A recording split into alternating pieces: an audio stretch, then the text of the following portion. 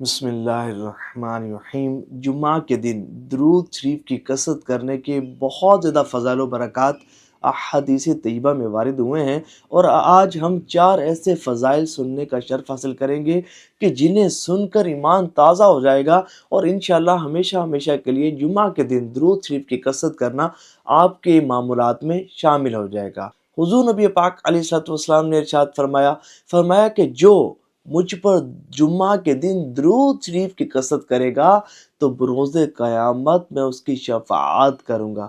سبحان اللہ۔ ایک اور حدیث مبارکہ حضور نبی پاک علیہ الصلوۃ والسلام نے ارشاد فرمایا کہ جو روز جمعہ مجھ پر 100 مرتبہ درود پاک پڑھے گا تو جب وہ بروز قیامت آئے گا تو اس کے چہرے پر اتنا نور ہوگا کہ اگر وہ نور ساری مخلوق میں تقسیم کر دیا جائے تو سب کو کفایت کرے۔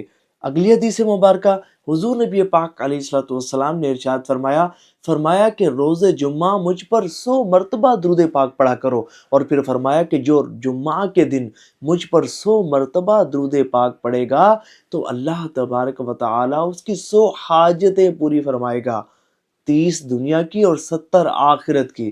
سبحان اللہ۔ اگلی حدیث مبارکہ ایسی پیاری حدیث مبارکہ کہ آپ کا ایمان تازہ ہو جائے گا۔